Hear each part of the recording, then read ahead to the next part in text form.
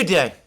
Today is Sunday, 4th May 2025, and in Britain we still have the echo effects from the electoral shock that Britain experienced on Thursday and Friday as a result of Reform UK's breakthrough in the local elections and in the run called by-election.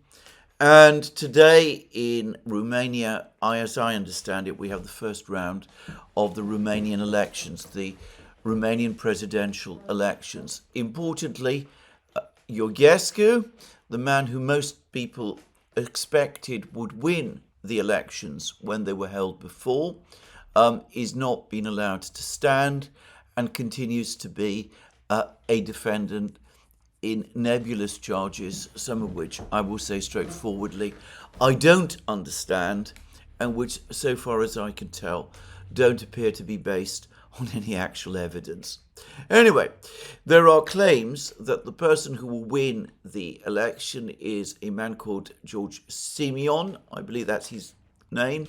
He's gone out of his way to identify himself with Georgescu's cause. He's even apparently turned up at meetings where Georgescu was present, and he's spoken, if he's elected president, of appointing Georgescu prime minister. I have to say that from what I have actually seen of Mr. Simeon, if I've got his name right, he seems to be somebody with a fairly long history in Romanian politics, somebody who could be argued to be definitely a member of the Romanian political class, and I suspect that his attempts to establish himself as somehow a kindred spirit with Georgescu is overstated. I don't expect that he's going to change anything in Romania fundamentally if he is elected. Were he the sort of person who could be expected to change the realities of Romanian society in that kind of way, I expect that moves would be made to prevent him standing in exactly the same way that has been true of Georgescu and a number of other people who've also attempted to stand in these elections in Romania. This has all been very distressing for me personally. Greece and Romania have a very, very closely connected history with each other, not always a happy one. During the time of the Ottomans, for example, various prominent Greek families were transferred to Romania by the Ottoman court in order to conduct administration there. And I'm told that in Romania itself, the memory of these people is not held in very high regard. Well, I'm not an expert in this history, so I'm not going to say very much.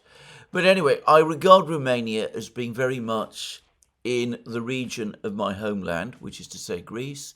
And I have to say that I think that these events which have played out in Romania over the last few months have cast a dark shadow over the country. And I wonder whether its political stability has not been jeopardized irretrievably, and what the future direction of events in Romania are going to be. Anyway, perhaps the best thing to do is to wait for the results and to see how things play out. In the meantime, elsewhere, the Russians are now preparing for their Victory Day celebrations in Moscow. And there's been lots of film and pictures of large rehearsals of Russian troops preparing to participate in the parade.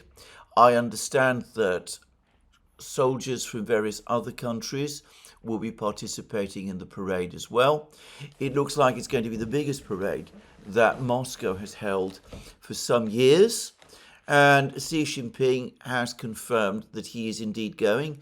In fact, he expects to be in Moscow on the 7th of May, so that he will be in Moscow for several days altogether, including the actual May Day parade itself. And that looks like a major summit meeting between Putin and Xi Jinping is being prepared. And it looks very likely to me, as if all sorts of agreements are also in the pipeline between China and Russia. And I have floated the possibility, and I want to stress I'm just floating it. I don't know whether this is the case, but I floated the possibility that we could actually begin to see maybe, possibly, a signature to some document that might confirm that the Power of Siberia 2 pipeline, natural gas pipeline between Russia and China will now be initiated and will be brought into full construction. Just saying. So other leaders who will be attending will be President Lula of Brazil. There are now reports that he has repeatedly rejected all attempts by Zelensky to have meetings with him. There is, frankly, bad feeling between these two men. I believe that it was at a G7 meeting in Tokyo, to which Lula was invited, that Zelensky turned up and demanded a meeting with Lula, and Lula agreed. And, well, when the meeting was due, Zelensky failed to show up. And Lula was furious and has never forgotten it or forgiven it. And it seems that just as he's rejecting messages from Zelensky, he's also refusing to meet with Zelensky and telling Zelensky that he should focus instead on his American and European friends and not bother Lula at all. But Lula is going to be in Moscow. The president of Cuba is going to be in Moscow. The leadership of Vietnam are present in Moscow as well. I understand that various other leaders of various other countries, including several republics, former republics of the Soviet Union, will be there as well. And there is now a question mark about whether President Vučić of Serbia and Prime Minister Fico of Slovakia will be attending. There are reports that both Vučić and Fico have been unwell. Vučić became unwell over the course of a visit to the United States and had to return home and had to receive treatment. And there was some uncertainty for a while about whether he was coming.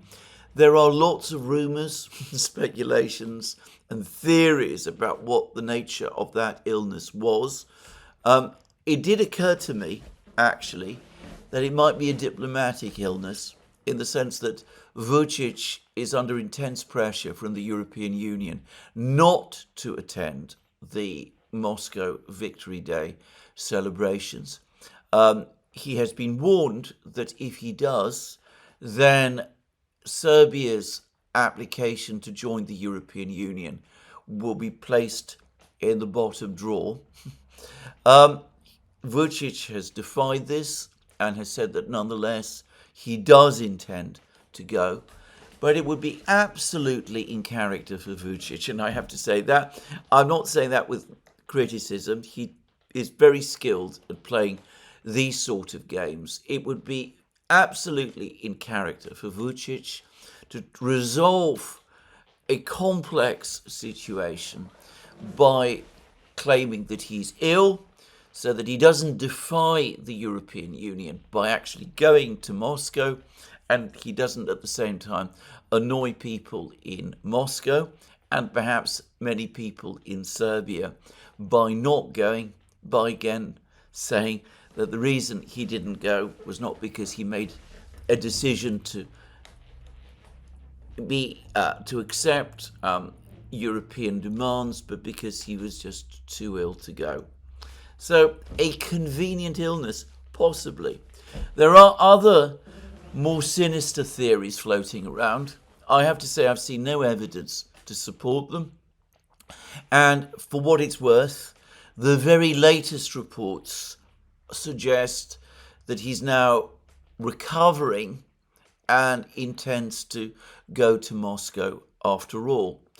And I understand that the same is true of Prime Minister Fico. Again, there were rumours that this illness that Fico was affected by had some sinister causes.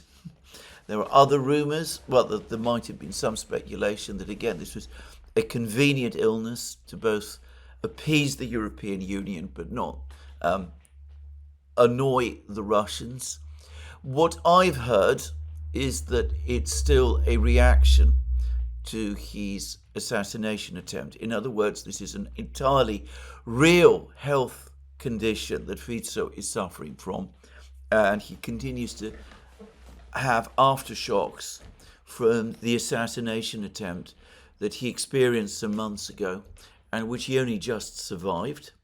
But again, the report suggests that he is recovering and that he does, in fact, still intend to go to Moscow.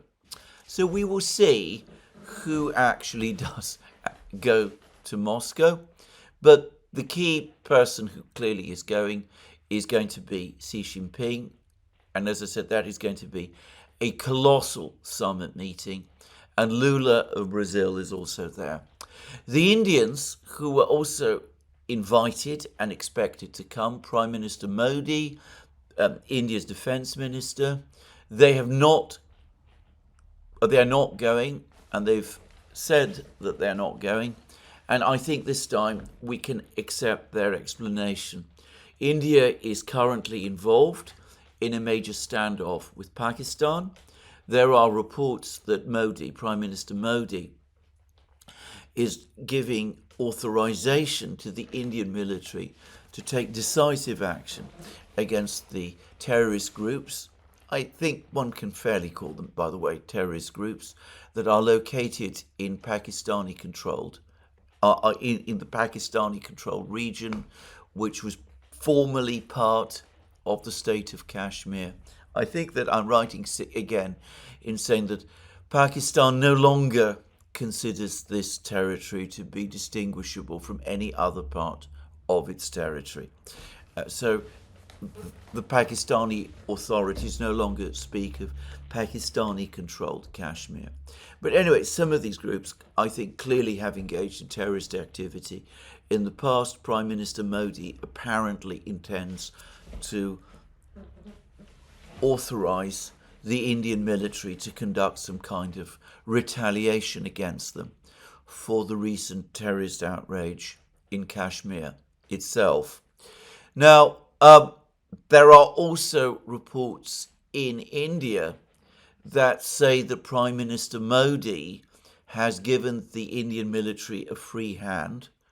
I hope this is not true. I think that would be incredibly unwise, given that Pakistan is a nuclear power and given the fraught history in terms of the relations between the two countries. I can see how granting the military a free hand could cause the situation to escalate out of control. I would hope and expect that Prime Minister Modi will retain a tight grip over what happens and will supervise the military reaction closely. And for that reason, I think it is absolutely right and proper that both he and his defense minister should be in Delhi, where they can keep a close control over the situation and prevent it escalating and spiraling out of hand. So I think in this case we can accept their explanation for not attending the summit, the parade in Moscow. And I think that that was the correct decision. And I don't think anybody in Moscow, certainly not anybody on the Russian side, is going to feel otherwise. So anyway, all sorts of important leaders going to Moscow. Now, one leader who was not invited to Moscow has, figuratively speaking, gate-crashed the meeting. And that, of course, predictably, is President Zelensky of Ukraine. He has made statements over the last couple of days which convey the strong impression that Ukraine is thinking of conducting some kind of attack on the Moscow parade. At times, he's given the impression that he believes, maybe he's gone further than giving the impression, maybe he's actually said that it would be better if all of these foreign leaders did not go to Moscow at all, and that they would be more secure and safe if they didn't. I have to say, I find that absolutely outrageous, and Ian Proud, the former British diplomat, has written a fine piece about this, and its title is, "Will anyone criticise Zelensky's threat to attack the Moscow Victory Day parade?" And I'll read some extracts from it. This is all on Ian Proud's Substack blog, which is called The Peacemonger, but it can also be found, I believe, on Responsible Statecraft. President Zelensky has threatened to attack the Victory Day military parade in Moscow on May 9th. This is disgraceful, and it is shocking that Western politicians have not said so. Amidst an ongoing war in Ukraine, countries involved in the defeat of Germany are preparing to mark the end of World War II, or the Great Patriotic War, as it is in Russia. As this is the 80th anniversary of the war, the celebrations will be bigger than normal. A host of foreign dignitaries will be in Britain and in Russia, including President Xi Jinping of China, who travelled to Moscow.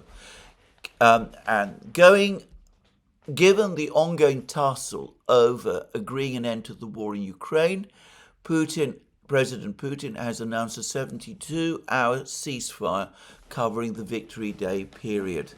This is to be welcomed. Ukraine has been pressing for a more immediate 30-day unconditional ceasefire. However, as no concrete agreement has been reached on key sticking points, and with two separate and very different US and European peace proposals in circulation, Russia has yet to agree to this. And he then talks about how the Russians are offering direct negotiations with Ukraine, and that the United States appears to be supporting that position. And then Ian Proud turns to Zelensky's threats. And these are his words: "We are choosing precisely those sore points in Russia that will most prompt Moscow to diplomacy. Now that they are worried that their parade is in question, and they are right to be worried." Those are Zelensky's words. And Ian Proud says, "This is beyond contemptible." Zelensky claims that this threat is about pressuring Russia to agree to a diplomatic solution, but that is absurd. As Zelensky will well know, an attack on Moscow on Victory Day would lead to a sharp escalation of the war from the Russian side. It would destroy any hope of diplomacy. And Ian Proud then goes on to say, "What concerns me greatly is that Western leaders have not distanced themselves from Zelensky's comments. I have seen no words of rebuke from leaders in London, Berlin, Paris, or Washington. Why have they not condemned Zelensky's threat to attack a peaceful parade to mark the end of the 20th century's most devastating war? Indeed, since Zelensky's outburst, Britain has announced instead that Ukrainian troops will take part in military commemorative parades in this country. Had President Putin threatened to launch attacks on London on May 8th, which is when the British celebrate victory over Germany, the British Army would be mobilizing and would be gearing up for World War III. Instead, Zelensky's outburst is greeted with indifference. How have we become so morally reduced that we have imbued Zelensky with such impunity that he can wage a war at our expense and take every step imaginable to prolong the war with increasingly desperate and disgusting press stunts. Well, I have to say I completely agree with those words of Ian Proud's. I have absolutely nothing to add to them. I think it was an outrageous threat to make. I presume it is a bluff which the Russians will almost certainly call. But it's the kind of threat which ought to have resulted in the strongest words of condemnation from Western leaders and, by the way, from the Western media. Instead, and entirely predictably and consistent with the entire pattern of this conflict, there is total silence. Western leaders have nothing to say. They're not concerned that Zelensky makes threats of this kind, threats to attack a parade attended by President Xi Jinping, President Lula, other world leaders, and of course tens of thousands of civilians. And not only are Western leaders entirely silent about this, but of course so is the media also. I have not seen anywhere in the Western media a single comment, a single report of Zelensky's words. It's as if Zelensky never said this. If there's been a decision simply not to report these words of Zelensky's, I simply don't know. But one way or the other, and not for the first time, Western publics are being terribly misinformed, including about the personality of Vladimir Zelensky himself. Anyway, there we go. Now, the person at the center of the Victory Day parade in Moscow is, of course, President Putin. And he has given a most interesting interview to his favorite journalist, Pavel Zarubin. Now, you will not find a readout, a transcript of this interview on the Kremlin's website.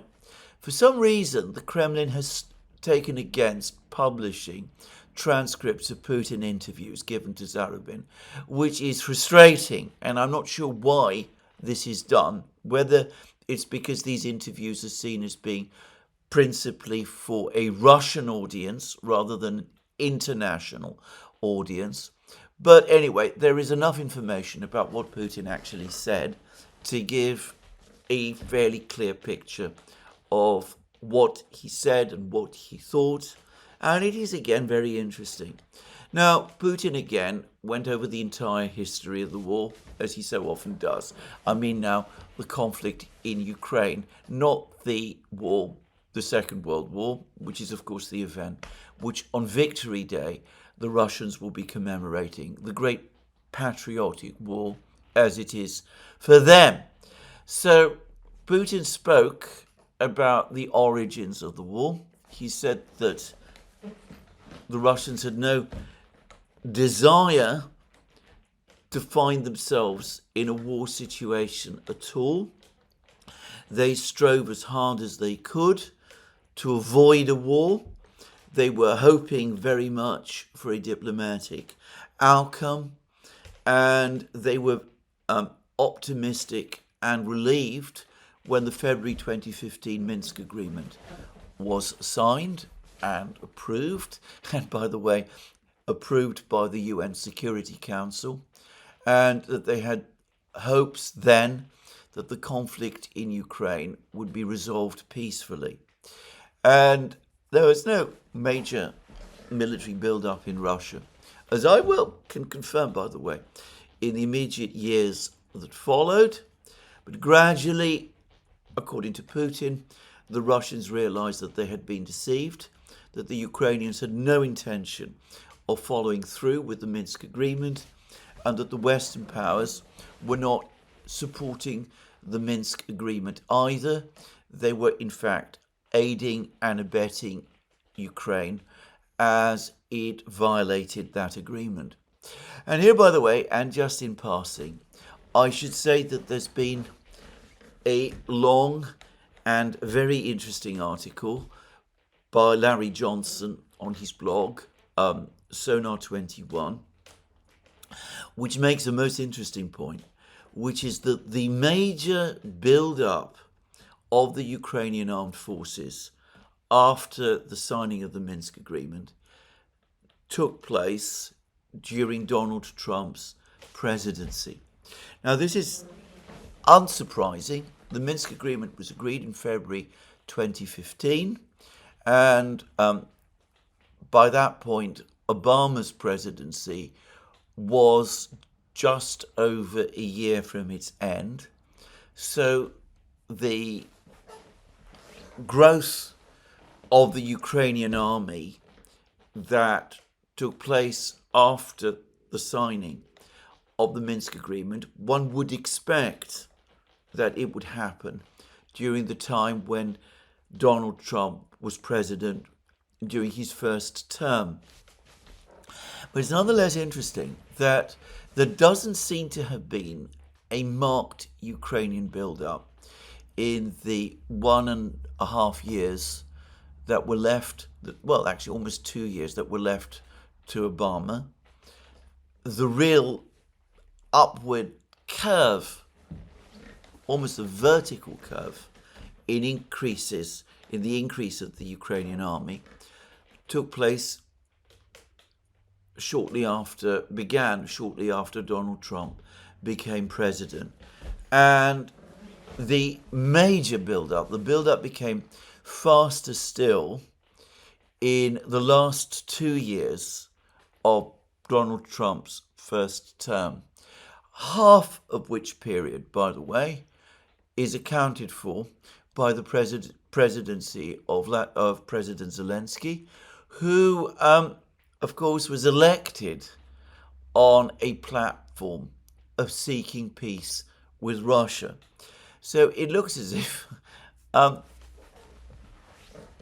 throughout the time when Donald Trump was president, at least for the first term, the Ukrainians were not only determined not to execute on the Minsk agreement, but were working overtime to prepare for a renewal of the war. And they did so, obviously, with the full support of the European powers, but one must also say that they must have done so with support from the United States. And of course, Donald Trump himself has many times spoken about the fact that he was the first to authorize open deliveries of weapons to Ukraine, Javelin missiles.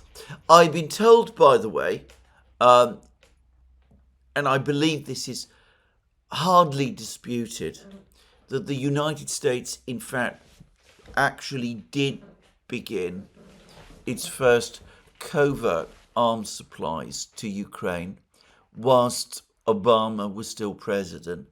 And of course, training was being provided by the US and other Western militaries to Ukraine pretty much from the moment when the February 2015 Minsk agreement was signed. But anyway, the point is that, one can see how the Russians could have become increasingly alarmed by the build-up that was happening in Ukraine in the last 2 years of Trump's first term, and of course in the first few months of Biden's first term, and how that played a material role in bringing about the crisis.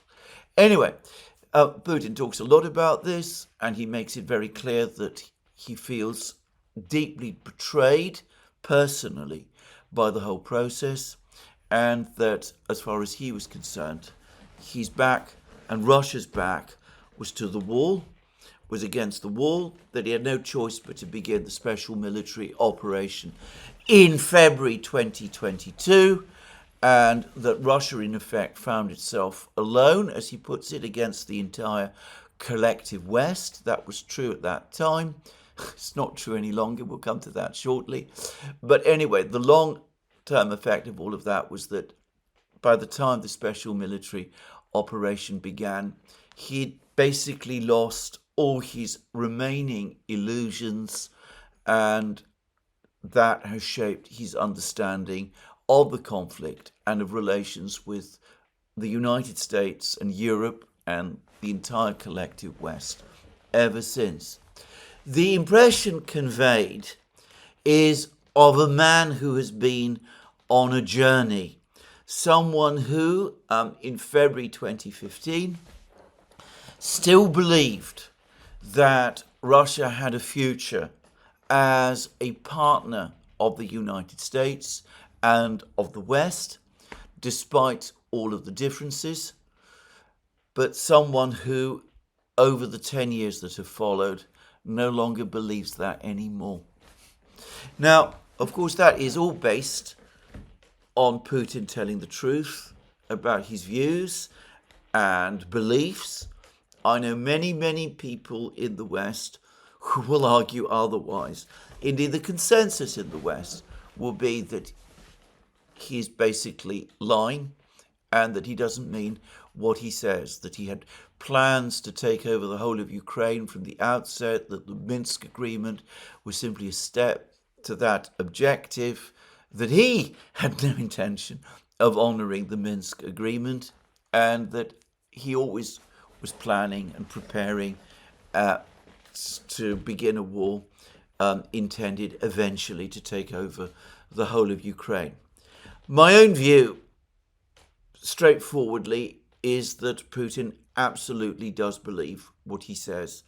In fact, I would argue that the facts, the known facts, between February 2015 and February 2022, when the special military operation began, fully support his narrative and are completely at odds with the Western narrative. And that, of course, brings me to the topic of negotiations. Because a person, in my experience, who has been on this kind of journey, who has, as he sees it, seen all his illusions fall away over a period of 10 years, is not someone who is going to make significant concessions to the people who he feels deceived him before. So I come back to my long-running point about the Kellogg plan, about all of those proposals that have been floating around.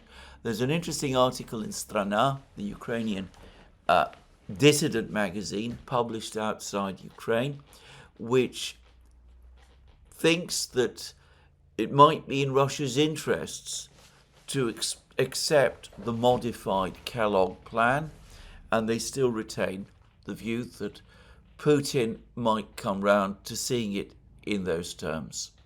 I have to say that on the strength of this interview, I don't see that at all. I cannot imagine that Putin, having, as he sees it, been deceived before, is going to accept a plan which he sees as risky for Russia, as the Kellogg plan is. And I think that that idea really does need now to be put to sleep. Anyway, that was one thing that Putin said, which I did find extremely interesting. But then he had an awful lot more to say about the conduct of the war itself and about his own role in the war. And first of all, he said that he had never intended to use nuclear weapons at any time during the war, that Russia doesn't need to use nuclear weapons over the course of the war because it has all the military and logistical means to achieve all of its objectives. And that, of course, is interesting because it suggests that Putin today is confident of victory. It may not come tomorrow or very soon, but he clearly believes that events on the battlefields are moving in his direction. He didn't need to link the subject of nuclear weapons and nuclear weapons use with the prospects in the war, but he has done so. And when he says that Russia has all the means, logistic and otherwise, to win the war without use of nuclear weapons, I take that as the clearest sign, a further sign, that he believes not only that Russia is winning the war, but that it will in fact do so. But he went on to say something else, which I thought at least equally interesting. He spoke about the need to remain calm, to retain a calm composure throughout all of the events that have taken place. And he spoke about how the West, and of course Ukraine, have engaged in one provocation after another, each and every one of which has been intended to provoke the Russians into a reaction that would work against them, and how it has been essential for him as Russia's president to remain calm in the face of these provocations and not to fall for them, but to remain instead focused on the main thing, which is going on to win the war. Now, of course, many people have talked about this. I have talked about this. My colleague and friend Alex Christoforou has talked about this also. Others have done so too. But this is Putin himself discussing this.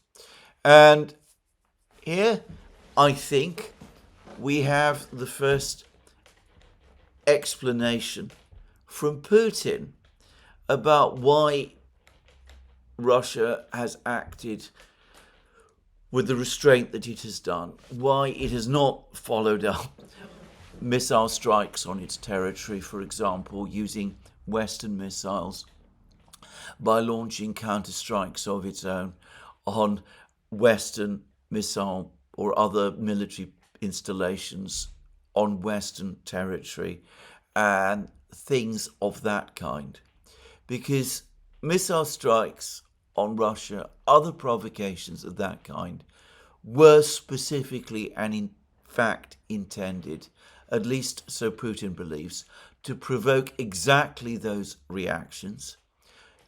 It was important not, therefore, to fall into the trap of doing what the enemy wanted Putin and Russia to do, especially at a time when Russia is winning the war and does not therefore need to fall into the trap in that kind of way. Well, you may agree or disagree with that approach. There is, of course, a contrary view which says that the absence of such strong reactions from Russia has in fact encouraged the West to actually go on escalating and to do ever more outrageous things throughout the entire period of the Biden administration. So I am aware that alternative view exists, and I should say that I think there is some basis to it. You find lots of articles, for example, from all the usual cohort of neocon writers who insist always that the Russians are bluffing, that nothing that they say should be taken seriously because all sorts of terrible things have been done, all sorts of Russian lines have been crossed, which hasn't mostly been true, by the way. As I said, most of the red lines that the Russians supposedly drew, which the West supposedly crossed, were never red lines insisted upon by the Russians or drawn by the Russians. They are red lines which previously the West had imposed on itself. But I've discussed this in many places, and on many occasions, and I'm not going to repeat myself here. But I know, as I said, that there's been many articles of this kind by all kinds of neocon writers saying that there's no real danger in crossing Russian red lines because they never react. But obviously Putin himself thinks otherwise, and he clearly, by the way, takes pride in the fact that he has maintained calm and discipline and self-control in the face of the kind of provocations that he has faced. Now, I will here express my own view, which is that I personally, given how dangerous this whole affair has been, especially now that we know from the New York Times how deeply the United States, and from the London Times, how deeply Britain were actually involved in conducting this conflict. I personally, given the fact that we live in a nuclear world, am grateful for the fact that Putin has acted in this disciplined and restrained way. Given that the United States and Britain were in effect waging an undeclared war against Russia, a nuclear superpower, imagine what might have happened if Putin had not acted with that kind of restraint. Would we be here now? Just asking. Anyway, I think that rather than criticize Putin, as many of us have been doing for the restraint he has shown, I personally believe that a more proper stance would be to say thank goodness that he did act in the way that he did. Had he reacted to these unending provocations, well, heavens knows what the outcome might have been. Now, on this point, incidentally, I noticed that the latest narrative being peddled, again, by the usual cohort of neocon writers, is not that Biden and his team, Blinken, Sullivan, Nuland, and all of the others, took incredible and fantastic risks in this conflict with Russia, that they involved the United States in what was essentially an undeclared war against Russia, fought in some cases on Russian territory, that they allied the United States and the West with an unpredictable and unstable ally which freely admits to carrying out murders on Russian territory and is now in the business of threatening peaceful parades held in Russia's capital. The usual critique that you now hear from the same claque of neocon writers who tell us that all of the risks in conducting provocations against Russia should be disregarded because the Russians are just bluffing all the time.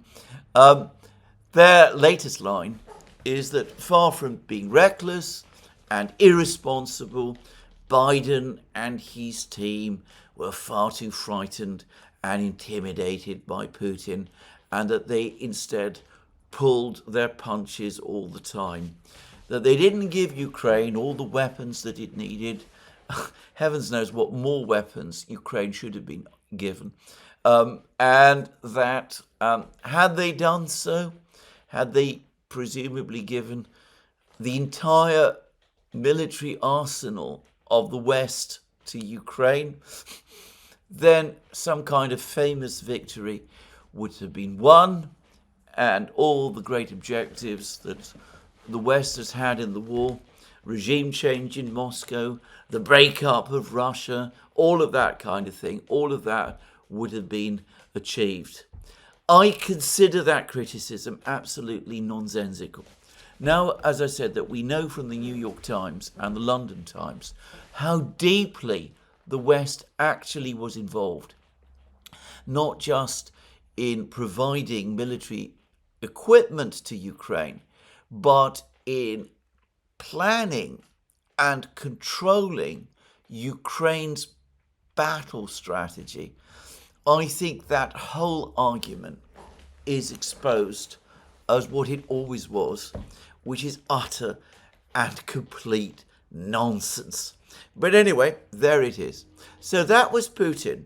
And I'm going to say something else, which is that I think that one of the reasons why all of these world leaders are coming to Moscow, why Xi Jinping is in Moscow, why Lula prefers to speak with Putin as opposed to Zelensky, why Prime Minister Modi of India was intending to go to Moscow, and why he too clearly has immense respect for Putin, and by the way, as far as I can tell, unalloyed contempt for Zelensky. It's notable that after their brief meeting in Kiev last year, Modi has avoided Zelensky, as if Zelensky was an infectious disease.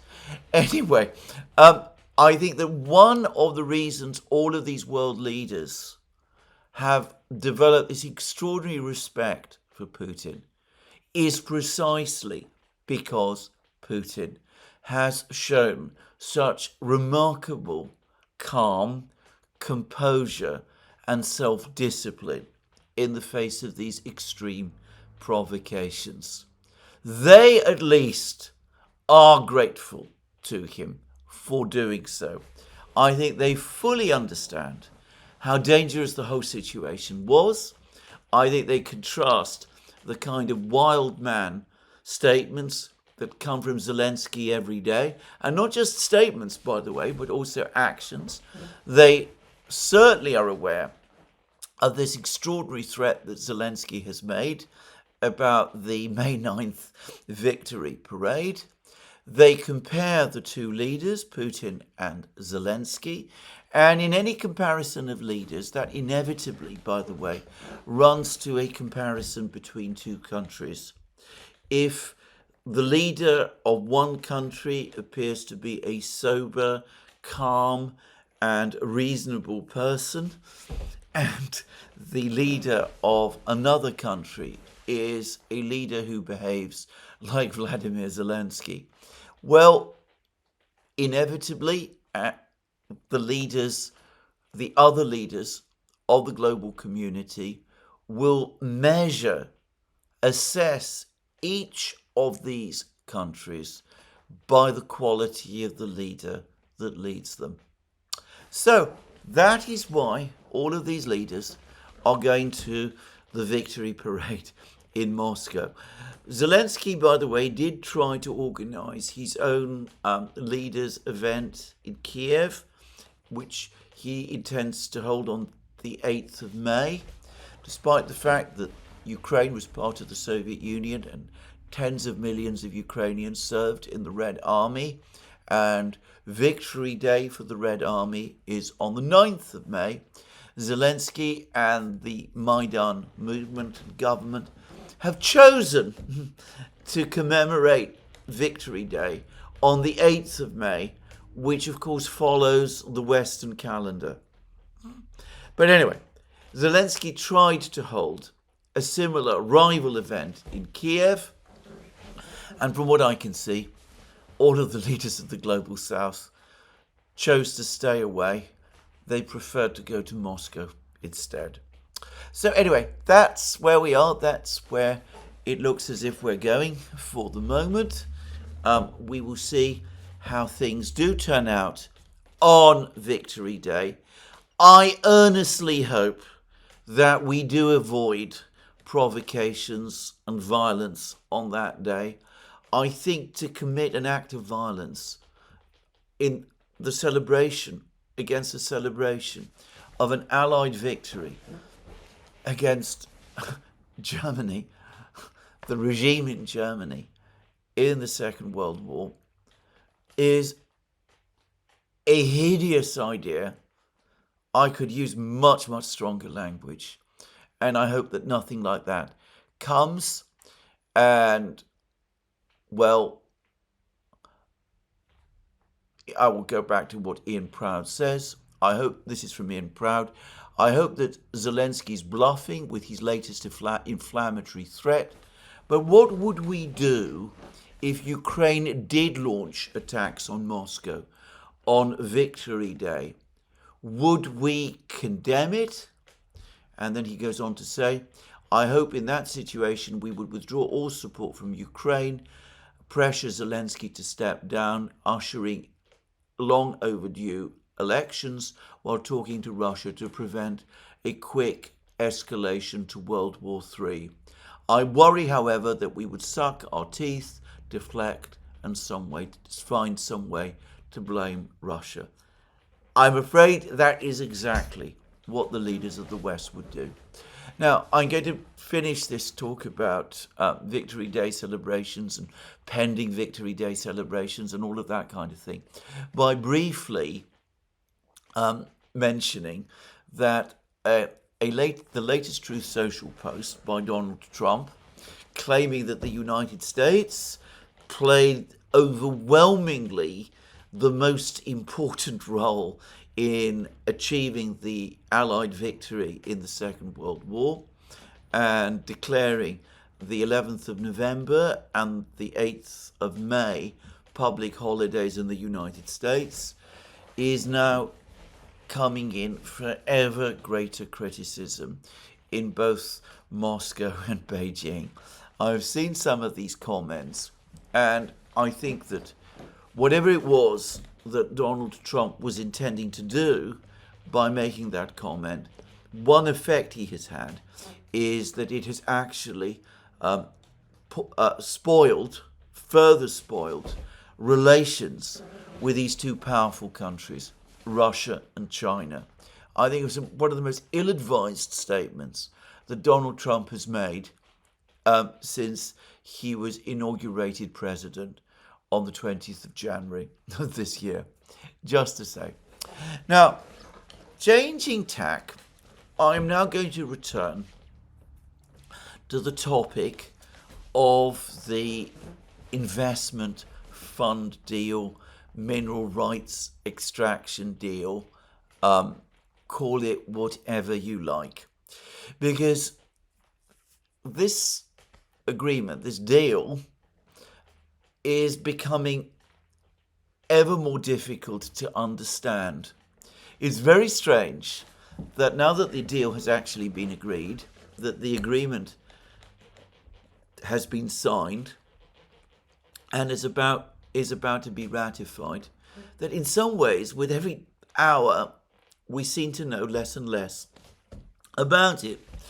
Now, I discussed previously when I spoke about this agreement that the document that the Ukrainians have published is only one document amongst three, and that it's very difficult to make much sense of this agreement in its entirety without seeing the other two.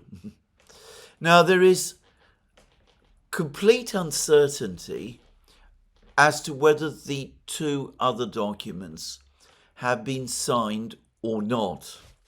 The Ukrainian authorities insist that they have not been signed and that there is still discussion over their content and wording.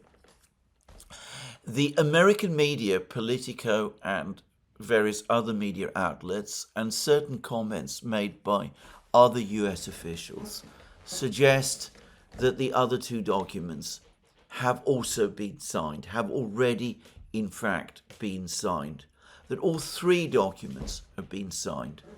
The Ukrainian government is not presenting the other two documents for ratification to the Ukrainian parliament. And this is feeding speculation as to why this is so. We have had the text of these two other documents is being withheld. It is also, however, being withheld by the United States.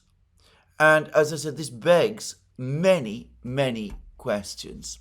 Now, there's been a very interesting discussion of what we know about the mineral extraction deal. In Strana, the magazine that I was talking about, the one that's based outside Ukraine, it's a Ukrainian magazine, and it's a very good magazine, in my opinion, by the way. Very factual and analytical, very obviously written from a Ukrainian perspective, but one which I take extremely seriously. And anyway, it says a lot of, I think, very, very correct things about how vague this agreement is. And it says that the document published by the Ukrainian government does not contain specifics on the fundamental aspects of the activities of the investment fund being created. The details of the fund's management, the decision-making mechanism for the disposal of funds received by the fund are not spelled out. The Ukrainian Prime Minister stated that the fund would be managed on a parity basis, with Ukraine and the United States each having 50% of the votes. However, the text of the agreement says nothing about this. Well, that may come from the fact that, as I said, on the board of the fund, there will be equal numbers of representatives from Ukraine and the United States. But by the way, that doesn't mean that Ukrainian representatives will have equal voting rights to the American representatives. So Strana is right. And again, I admit that I didn't spot this. It then goes on to say that Strana goes on to say that there is only a reference to the fact that the distribution of shares in the fund, the principles of its management, and other specific issues will be regulated by an additional agreement on limited partnership. And that's one of the documents which we have not seen. Now, I'm been very confused about the time frame for this document. I said that initially I thought that the entire operation of the fund was limited to 10 years. Then I understood the document to mean, which is on the basis of comments that the Ukrainians had themselves said, that the proceeds of the fund, in other words, the profits from the investment the fund was making, would be invested exclusively in projects in Ukraine for the first 10 years. And I thought, when I discussed this agreement before, that was, in fact, the provision. The agreement is very difficult to understand. Anyway, Strana says that this does not follow from the text of the agreement, as there is no direct ban on the withdrawal of funds from the fund in favor of one of the partners, that is the Americans. On the contrary, the issue of the fund's conversion of hryvnias, that's Ukrainian currency, into dollars is spelled out in quite a lot of detail, and their transfer to foreign accounts is allowed. So it could be that this whole thing about having to invest all of the profits of the fund into Ukraine, to keep all the profits of the fund in Ukraine for 10 years, that's just a mirage. Just saying. It then goes on to say, Strana goes on to say, it's not very clear what this fund will do in general. That's absolutely correct. I couldn't figure it out. And what its role will be in the development of deposits and the implementation of infrastructure projects. It is unknown whether it will act as an investor or co-investor in these businesses or their manager. Absolutely correct. Everywhere in the specifics, there are references to the future agreement on limited partnership. That's also true. And we are then told that the agreement contains clear commitments on contributions to the fund 50% of the cost of the new licenses for the development of mineral resources will be borne by Ukraine, but it does not contain specific commitments on contributions from the United States, which is actually true. Again, I went back to the agreement, and Strana is right. So again, this whole idea of 50 per 50 equal partnership between Ukraine and the United States is not really there in the agreement. The agreement talks about 50% of the cost being borne by Ukraine. It does not actually discuss what proportion of the cost will be borne by the United States. It could be borne by all kinds of other third parties, including, by the way, Ukrainian parties. It is only stated that if there are further arms deliveries, they will be counted as an American contribution to the fund. Now, this provision in Article 6 of the agreement has attracted a great deal of attention.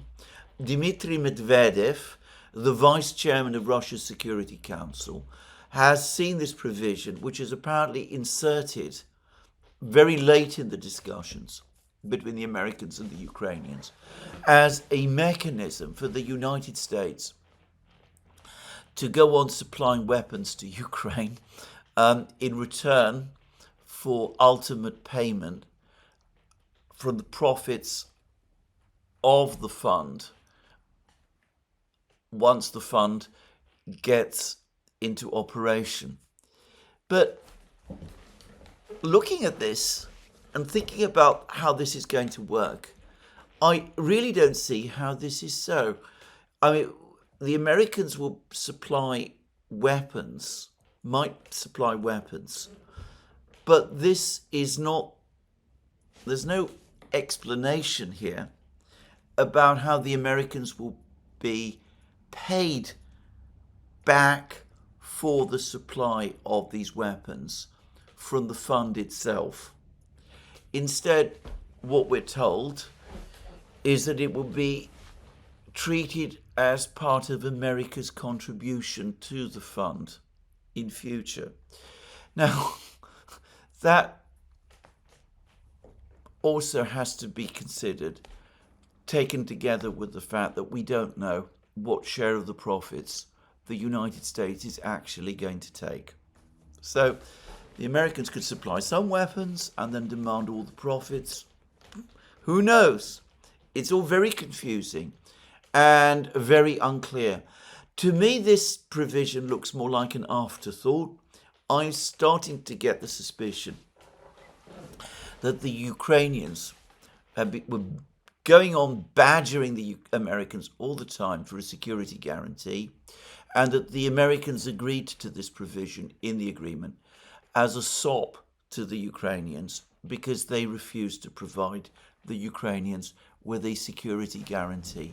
To me, this clause looks inoperable because, quite apart from anything else, it presumably only comes into operation once the fund itself is in operation. And that can't happen realistically until the war has ended. So there we go. And it then says that the text, this is Strana, says the text does not directly stipulate the right of the first night of the fund and American companies to develop deposits and participate in new projects, but special conditions are stipulated for them. The American government, the White House, has said, however, that the United States does have first night of the fund and American companies do have priority. So anyway, one can go on through this, right through this whole agreement. But I have to say this, the more I read about this agreement, the more I try to understand what this agreement is, the vaguer actually it becomes. It's like one of those pointillist pictures by one of those impressionist painters, which looked at from a distance appear to convey an image, But when you come to them close up, the picture actually vanishes. As Duran correctly says, the really important agreement is not the one that's been published, but the limited partnership agreement, which has not been published and which is being held back. Does it even exist? That is what we still don't know. I'm starting to come round to the view that maybe this is as lopsided an agreement as always, that the United States has come out of it far better than we're being led to believe, and that what the Ukrainians have done is that they've manipulated and obscured the language in the agreement that we have to conceal the fact that they have made massive concessions to the United States on the exploitation of their natural resources. Anyway, this is all historic. Marjorie Taylor Greene, US Congresswoman, Sean Davis, CEO of The Federalist, all members of the MAGA movement, all Trump loyalists, have made absolutely clear that they are very unhappy with this agreement altogether. They see it as a further commitment by the United States to Ukraine. They see it as an open-ended commitment by the United States to Ukraine, and they don't like it. They've made that point very clear indeed. And in the Daily Telegraph, Daniel DePetris says the same. Trump's Ukraine minerals agreement is a terrible deal for the United States. Trump professes to want to reduce Americans' involvement in other nations' affairs. Instead, he's entangling Washington further. And DePetris then goes through the whole agreement and points out that ultimately, just as Eve Smith has been writing on naked capitalism, this is another commitment, however you package it, whatever the benefits or assumed benefits of it to the United States, it is another commitment by the United States to Ukraine. And he asks this question.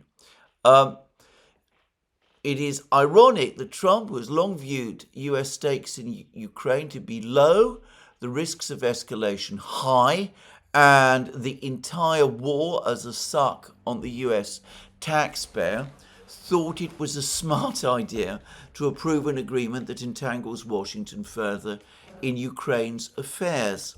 Trump is setting the stage for further US involvement there in the future, especially as the mooted American investments come under threat. Is this wise strategically? While Russia hawks in Washington and European capitals will argue that it is, one must weigh it against other long-term considerations. Does this help or hinder any future US administration's efforts to rebuild a working relationship with Russia after the war ends? Will this help or hurt Washington's professed goal to push Europe into taking far more responsibility for security in its own neighborhood? More fundamentally, was any of this even debated before Trump greenlit these economic negotiations? Trump is going to have a hard time justifying why the juice of Ukraine's mineral wealth is worth the squeeze. And I agree with this wholeheartedly. There's not going to be much juice, frankly. But the effort gone into this agreement is completely out of proportion to what benefits will accrue to the United States. And the strategic burdens are enormous. And I think I can answer Daniel DePetris' question. He asks, was any of this even debated before Trump greenlit these economic negotiations? The short answer is no.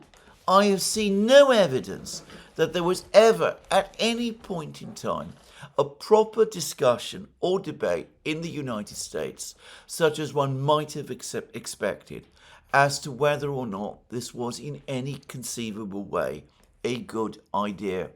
In President Kennedy's time, if you go back and research the history of his administration, in President Eisenhower's time, saying that is that true, US presidents and their administrations would have long, detailed discussions about what move they should make and whether taking on a commitment of this kind was wise. This hasn't happened in Washington, so far as I can see, for a very, very long time now. And it certainly doesn't seem to be happening in this administration. Anyway, I would like to return to one other topic briefly, and that is that over the course of his interview with Pavel Zarubin, Putin said that Russia had been left alone to confront the collective West. That might have been true in February 2022, but of course it is no longer true anymore. Russia has received economic and financial backing from its BRICS allies. Its relationship with China is becoming ever more important. It has a strong economic relationship with India too, and it is forging a close economic relationship with Iran also. It has also imported military technology from Iran. The Uranium-2 drones, which are now so much a part of Russia's war effort in Ukraine and which operate over the Ukrainian skies every night now. Anyway, these ultimately are derivatives of the Shahid drones produced and designed by Iran. In fact, when they were first used, they appear to have been actual Shahid drones imported from Iran. Now, as we now know, there's also been developed relationship between Russia and North Korea, and this is now taking a whole extra dimension. Now, I've seen some comments, one comment in particular, that said that I had not acknowledged the fact that the Russians themselves and Putin and Kim Jong-un have spoken about the presence of the contribution of North Korean troops to the operation in Kursk, the Russian victory in Kursk region. I find that surprising, actually, because to my knowledge, I have discussed all of that extensively in earlier videos. I also recall that I've spoken about Alexander Kots, who discussed a report by the Russian journalist Alexander Kots, who has talked extensively about the role that the North Koreans played and about who they were. He appeared to confirm what I have discussed over many months, based on information I've had coming out of Russia, that these North Korean troops were already in Russia on training missions, and that their participation in the fighting in Kursk evolved at Kim Jong-un's suggestion out of that training mission. I've also discussed how the Russians had to teach the North Koreans a great deal about new battle tactics and about certain physical and health issues that the Russians felt that the North Koreans had. But I also spoke about how the Russian sources, and this I've been doing over many months, had been struck by the extremely high motivation of these North Korean soldiers and their determination in battle and their willingness to fight and go on fighting up to the point of death in conditions where Russian soldiers would not place themselves in. Well, I ought to say that I continue to receive more and more information about the relationship now, the military relationship between Russia and North Korea. I'd speculated, for example, that North Korea was now producing shells for the Russian military. I've now obtained information which suggests, of course I can't corroborate this information, but I believe it is true. I've now received information that in fact two munitions factories in North Korea are indeed producing large numbers of shells for the Russian military. I've been provided with details about the relevant supply chains and where the materials for these factories come from, and how both of these factories were in effect extensively refurbished, and about the Russian role and the role of various third parties, by the way, in achieving all of that and bringing that all about. I've also been provided with extensive information, and this goes back over many months, and I, to my knowledge, have discussed this in programs also, about the increasing role that North Koreans are playing in the Russian civilian economy, how North Korean guest workers now operate in factories on Russian territory itself, helping to produce civilian goods for the Russian domestic market in conditions where there is, as we all know, a labor shortage. So this relationship is becoming very, very close, and I would say before long probably it will reach at least the level that North Korea and Russia had during the Soviet era. We are heading clearly in that direction now. Now, I've also, over the last couple of days, received a great deal more information about the nature of the Russian military buildup that is underway. I discussed how two reserve armies were in fact being prepared in Russia, according to the Wall Street Journal. And, well, I've now been told, and this is from very reliable sources, I mean extremely reliable sources, about a lot more information about this. Firstly, it seems that there is a very substantial build-up taking place in the Voronezh, Rostov area. That is, in other words, not far from the area of the special military operation, that large armies are being created there, that all of the men who are in these armies, both the rank and file and the non-commissioned officers and the actual officers, have battle experience. And I'm told that this force numbers around 120,000 men. I've also had an account of the armies that have been created in northwestern Russia, which are the armies that were partly discussed in the Wall Street Journal. These look to be hybrid armies, bringing together both veteran and conscript forces. Around a third of the men who serve in these armies are conscripts who will not be deployed in the area of the special military operation. It looks to me as if these armies close to Scandinavia fulfill two roles. One is to guard against NATO forces potentially in Scandinavia and the Baltic, but also to provide an operational reserve for the huge forces that are gathering closer to the territory of the special military operation.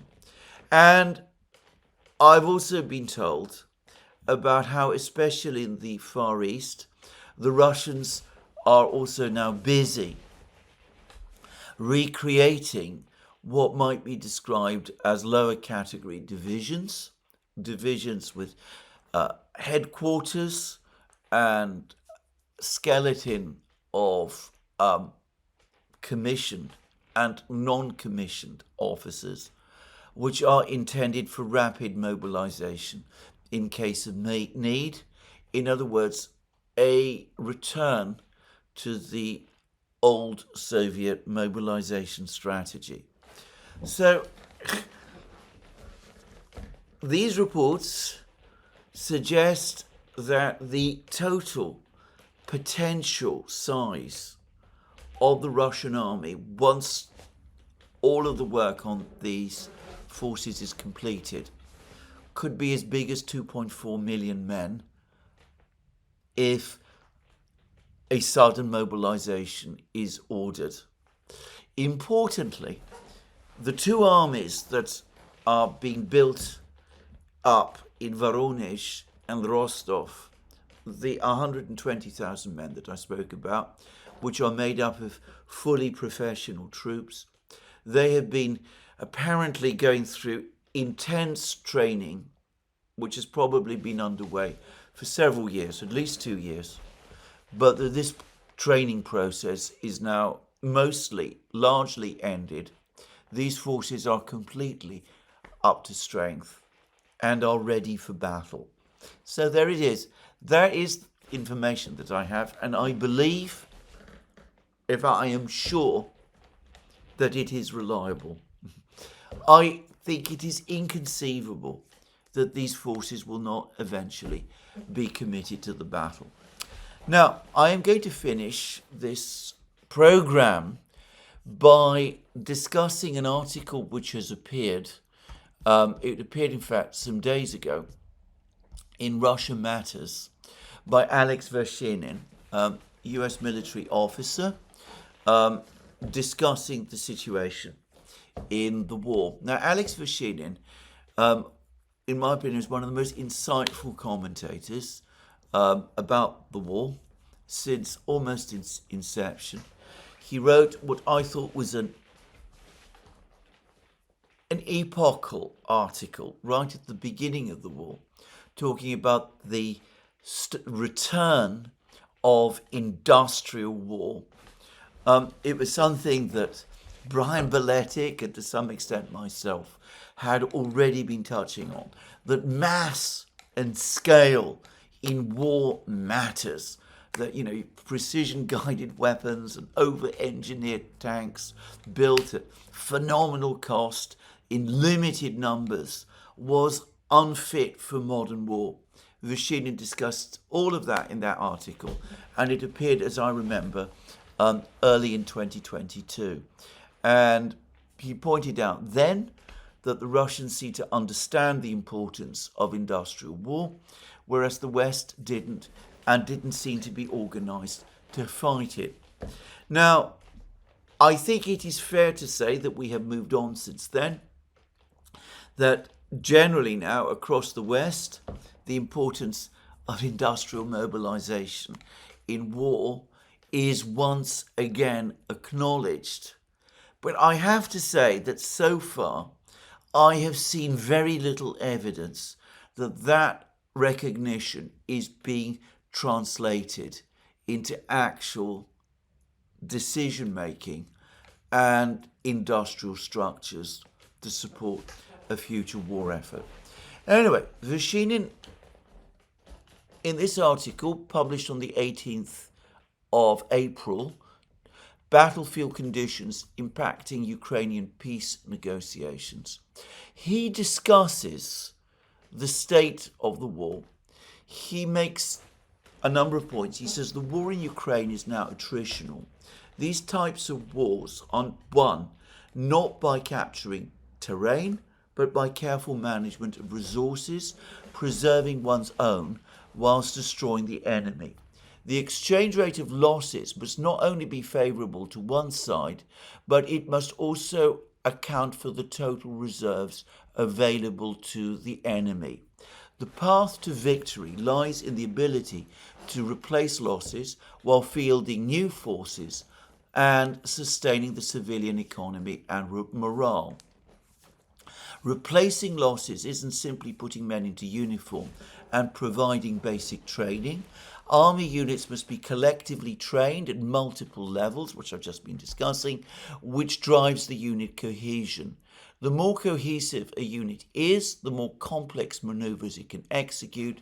Losing too many soldiers resets the unit cohesion until it's incapable of maneuver except defending a trench. And then he discusses how the Russians have gone about this. He says that Russia appears to be able to replace its losses and grow the size of its army. He says that Mediazona now estimates total Russian losses at slightly over 98,000 dead based on actual data. He says that Mediazona speculates that the real number is about 165,000.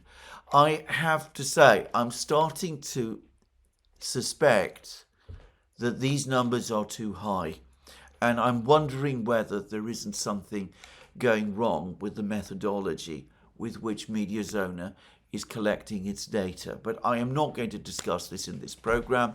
I might be completely wrong about that. Up to now, I've gone with Mediazona. But it seemed that from about a year ago, they began to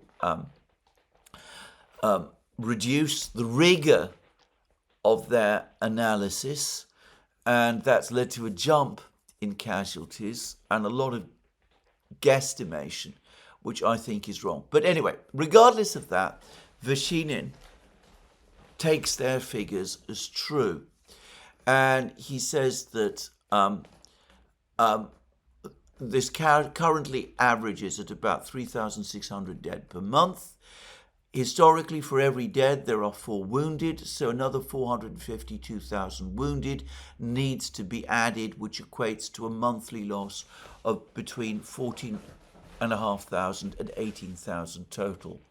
However, the same data indicates that out of these, 3/4 usually return to duty after treatment. To break it down, Russian forces are suffering 7,200 men permanent losses and 10,800 replaceable losses every month. The Russians are recruiting 30,000 volunteers a month, plus the wounded who have recovered. This translates to growth of 24,000 every month. Even if Russian losses are double what Mediazona is able to count, the Russian army is still expanding. And then he puts the total of North Korean troops, which might also be available, at 10 to 12,000. That seems to be about right, and I've seen others give that figure. And then he goes on to say that Russia also has a conscription system, and that means that even though conscripts themselves aren't sent into battle, Russian volunteers only need a few months of individual refresher and collective training. Ukrainian soldiers must be trained from scratch. This gives Russia a massive advantage in forming new units. And then he goes on to say that Russians have developed a military industrial base for the last decade. They have received support from North Korea and Iran. This allows the Russian army to equip most of the new formations. And we've seen from the Wall Street Journal that this is indeed the case. And he then says periodic rotations have allowed units to absorb replacement while retaining experienced soldiers. This translates into a Russian army today numbering about 1.5 million trained, equipped forces, which even the Pentagon has acknowledged have successfully recovered from initial losses. He then discusses weaknesses of the system. He says that the major weakness in the Russian military is that some of the generals are weak and incompetent and in some cases corrupt, and that they're not always held to account for what they do. I think this is true in the first 2 years of the war. I think that it is less true today, but anyway, I'm not going to argue with the point. But then he contrasts the situation with Ukraine. He says that the Ukrainian leadership has spent too much time trying to attain public relations objectives at a significant cost to military operations. He says that this has caused tremendous losses of resources, especially human, which have significantly depleted combat capability and placed long-term combat potential at risk. And then he does a detailed discussion of Ukrainian losses, which he puts much higher than I've seen others do. He extrapolates heavily from the fighting in Bakhmut and points out that Ukrainian sources suggest that during the Battle of Bakhmut alone, Ukraine lost around 48,000 Ukrainian soldiers killed. And he points out that Yevgeny Prigozhin himself gave that figure, and I think that's probably about right, by the way. Bakhmut, of course, notoriously was what the Russians have called a meat grinder. I'm going to say that certain other battles have been that also. I think Chasiv Yar, for example, has also long since become a meat grinder for the Ukrainian military. The Russians have been fighting the Battle of Chasiv Yar mostly with one division, the 98th Airborne Guards Division, whereas Ukraine has been repeatedly sending reinforcements to try to hold high positions, the high ground around in the area of Chasiv Yar. They're still doing it even now, even as they've lost control of nearly all of the key points in the city. And it's been suggested again that the losses are appalling. He also points out, without mentioning the British role, that the Krinky operation was also something of a meat grinder as well. And then he says that the Jamestown Foundation is, by the way, a staunchly near-con operation, estimates that Ukraine has mobilized 2 million men as of July 2023, and that the number should be approaching 3 million by now. Most estimates place the Ukrainian field army at about 1 million men, while Zelensky has claimed to be fielding 880,000. And he then points out that the figure of 43,000 that Zelensky has claimed as Ukrainian dead is not one to be taken seriously.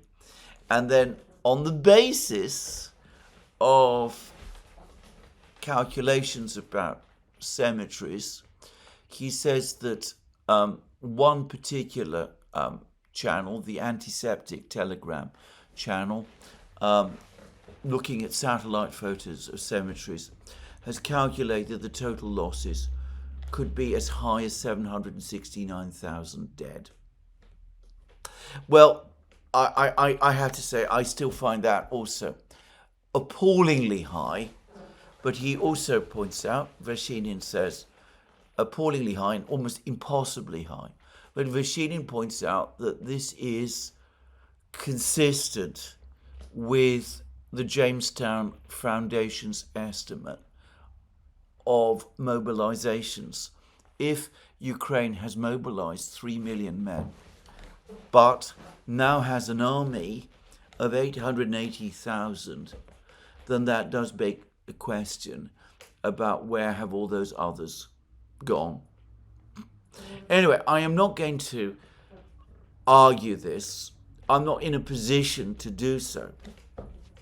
But Vershinin points out that the army is indeed short of men, and there is any number of reports confirming this, that equipment is also running out, that the West, whose military equipment is keeping Ukraine in the fight, appears to have emptied out its equipment storage, and there is little left to give.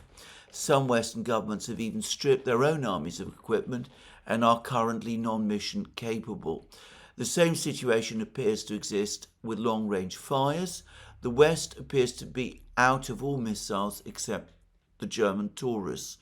These are unlikely to make an impact where Storm Shadows failed. And he then discusses drone warfare and the fact that the Ukrainians are now becoming very reliant about this.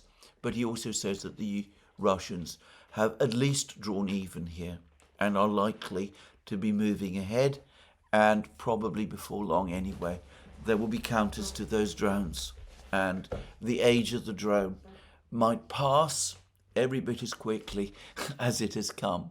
Anyway, the long and the short of it is that it is going to be very difficult for Ukraine to sustain the war. With mounting manpower and equipment shortfalls, it is difficult to see how Ukraine can hold on without the direct intervention of Western and specifically US forces, especially given that the Ukrainian leadership continues to prioritize PR instead of military objectives. I think that this is true. I think that we are moving closer to that point of collapse with every passing day. We may be some time from that point still, but perhaps it's closer than many people suppose. And the Russian intelligence community has apparently said that they expect it to happen sooner than they'd assumed even a few months ago. That whereas at the start of the year they thought that Ukraine might be able to sustain the war for a further 30 months, they now think that perhaps a collapse might come as soon as 10 months from now. So there it is. Now this is what Western leaders ought to be thinking about and assessing. I doubt that they are. I go back to that point that was made by De Petris about whether anybody in the Trump White House looked at the mineral rights extraction deed agreement properly, whether they debated it. Doesn't seem so. I don't get the impression that there was any debate about the viability of the Kellogg plan either. It seems that ideas float up and are seized on and are then promoted by all sorts of people within the administration and, by the way, the previous administration, without them being in any way thought through. Perhaps further sanctions that are now being discussed are much the same. Anyway, there it is.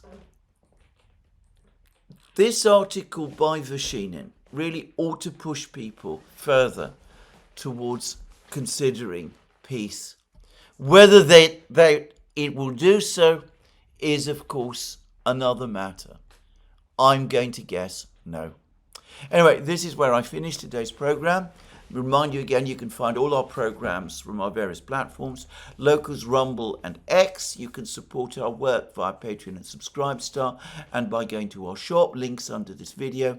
Don't forget also that you can check your subscription to this channel and to tick the like button if you've liked this video.